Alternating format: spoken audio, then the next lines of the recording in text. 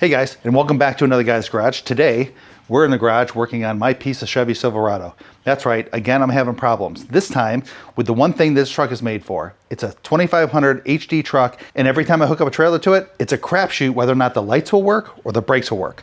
That's a problem. GM doesn't recognize it as a problem, but it's a problem. So much so that one of the parts I'm gonna show you is a replacement for one of the original. So if you've ever had check trailer wiring, trailer disconnected, or your brakes stop working on your trailer, or the lights stop working on your trailer, this video could be for you. Quick bit of storytelling, and I promise we'll get right into it. I have a travel trailer, which I haul frequently with this truck. It started about 2 years ago with intermittent problems where I'd get a notification on the dash that said check trailer wiring or left turn signal out. Didn't think much of it because my lights always worked. The problem I was having is that occasionally my brakes would stop working. It seemed to be fine. I'd get to my destination, I'd get off the highway. No sooner would I get off the highway and I would have no brakes. With a heavy travel trailer, one thing you want to make sure you have are trailer brakes. And in some cases, I didn't have them. So I went over everything on the trailer. I looked at the magnets, I looked at the wiring, I looked at the grounds, I checked everything.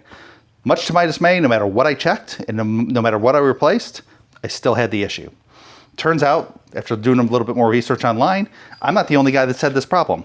As it turns out, there's a trailer brake control module and a trailer light control module that seems to be the source of frequent problems with these trucks. I bought both. Today, we're replacing both. Hopefully that solves it, because I want to be able to pull a trailer with my Chevy Silverado 2500 HD, which is why I bought it.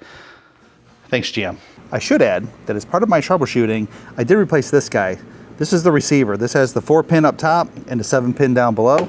I thought maybe I had a bad ground or a bad connection, so this was a likely source of that problem. So I also want to add the part numbers of the modules I bought will be in the description. First things first, everything is under the spare tire. Now this spare tire has not been off this vehicle since 2020 when this truck was built. So I'm assuming there's a little bit of crud and dirt, and it's probably going to take us a little bit to get it off. So let's get that off. I'll show you how that's done, and then we'll jump into changing those modules out. So if you've been fortunate enough not to have taken your spare tire down before, that crank is locked behind this. So next to your license plate is this little door. You got to undo it. On your key fob, push the little tab in. There's a little button here. You push that in. You pull this out. It's the key. That will unlock this, which pulls this locking mechanism out. Now you can stick the other side of the jack handle inside there and you can lower down the spare tire. I'll show you how it's done. It's a little corroded in there. Anyways, that's it. It's good we're doing this because I hate to be doing this in the middle of the wintertime on the side of the highway. Under the passenger side is where the handle is. Let's get all the... I know it's in here somewhere.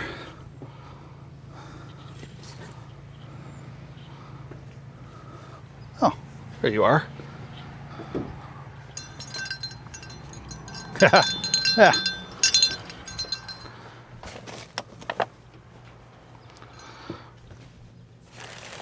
Oh, there we go. Yeah.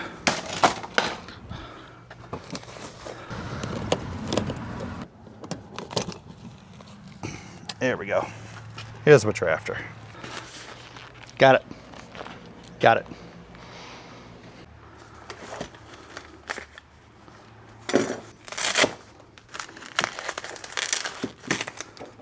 So what you have in that kit are 4 pieces. You've got this that has this little end on it. You don't need that for this. You've got this that will act like a crank assembly, so you can wind this thing down. You will need this, but that's not going anywhere right now. You will need 2 of these, and they're exactly the same. Got a small end and a large end. Go ahead and stick a small end and a large end, pop the little button so you can get it back out, connects it. This end, the large end, not the small end, goes under the truck into the mechanism to unwind the spare.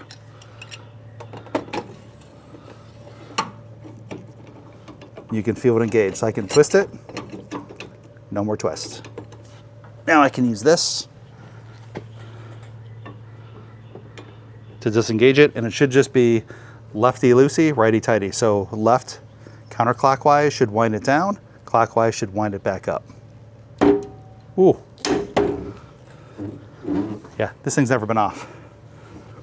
Let's go see what kind of progress we're making underneath the truck. All right, after just a couple turns, you can see this thing's already dangling. I'm gonna release this tether This is just a safety so it can't fly off the back of the truck.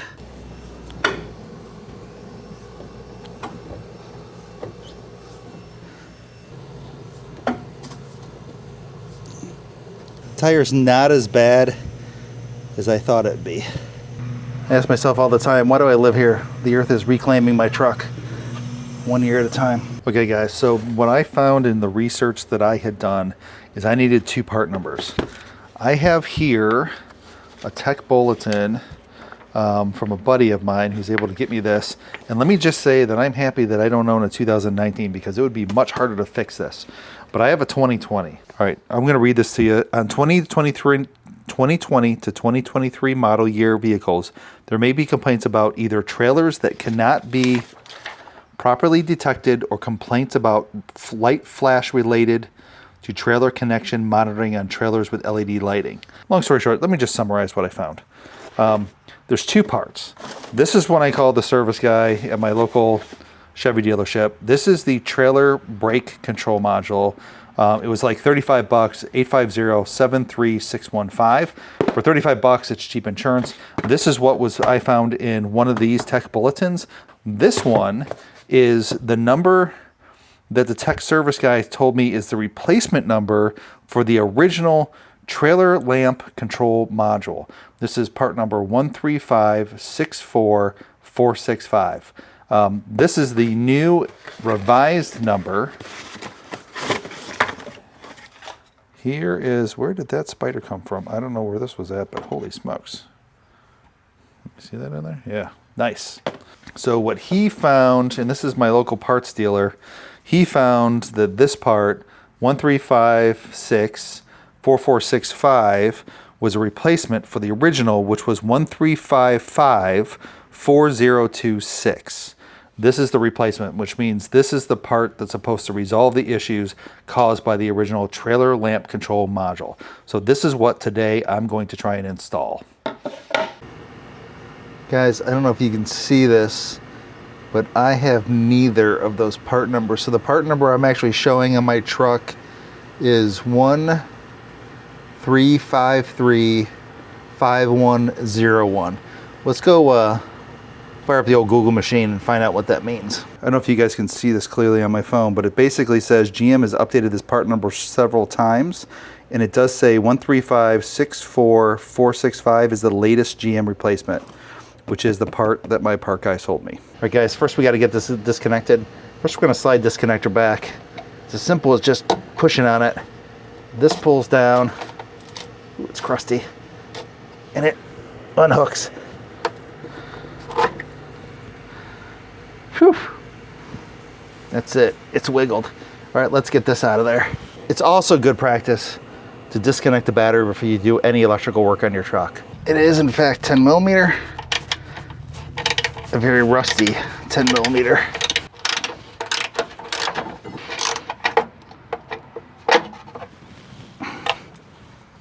It's out.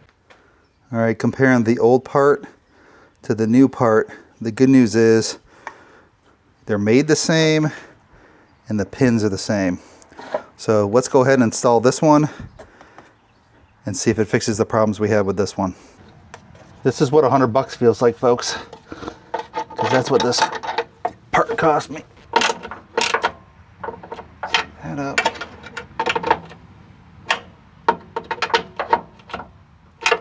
We got it bolted up there.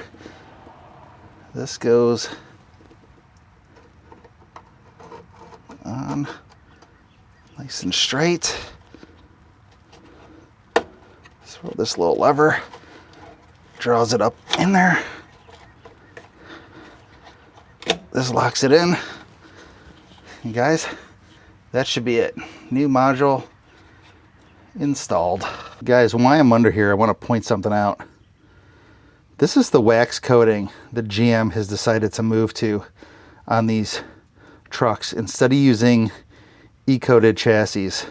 Look at this nonsense. It is just peeling and flaking, and everywhere it peels, it creates a little greenhouse and a little place to trap moisture, and look at how it's rusting out. I got a buddy who's got a Ford, about the same vintage, actually a little older, and his looks 10 times better than this. All right guys, I have tested this at work on 2 different trailers, a 7-pin and a 4-pin with no issues. So here we are at another guy's house, another guy, Dave, with his boat trailer. Okay, brake. You got brake? Left. Left? Right. Right? Hazards are good.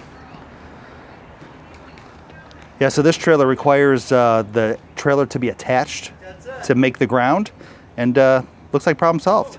All the lights are working, signals are working, hazards are working. Hey, you want to turn my headlights on once? Sure. Running lights are on. Thank you, sir. All right, there you have it, all set. Hey guys, an ancillary benefit of doing this swap with this new part, I have these testers. This is a 7-pin tester, and this is a 4-pin tester. I have tried these in the past, and it does not show up at all. So I don't get any brake lights, I don't get a 12-volt source, I get nothing. All I get is the flicker of the computer sending a message to see if there's a trailer attached. Other than that, nothing worked. But since I've changed the trailer light control module to the new part number, check this out.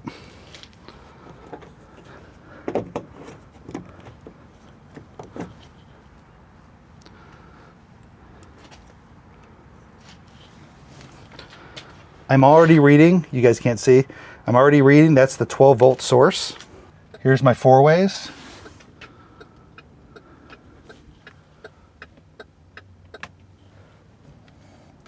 Here's my running lights.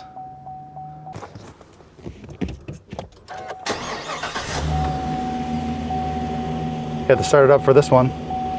But here's my left turn signal. And here's my right turn signal. Like I said, this never worked before. Let's go ahead and try the 4-pin. You can see the flicker. That's the computer looking for, I think you can see the flicker. That's the computer looking to see if there's a trailer attached. Let's go ahead and put the 4-pin in here.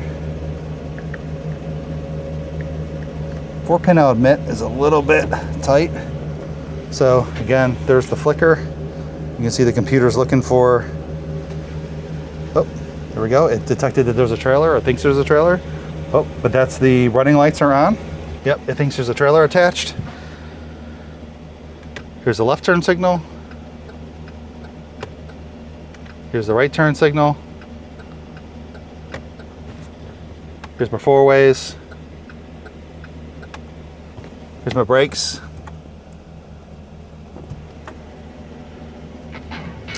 Lights off. Cool. Again, an ancillary benefit of doing this, making this swap. All right, guys, thank you for watching. As always, if you got anything out of this video, a like goes a long way. Please like, please subscribe, and I'll see you in the next video.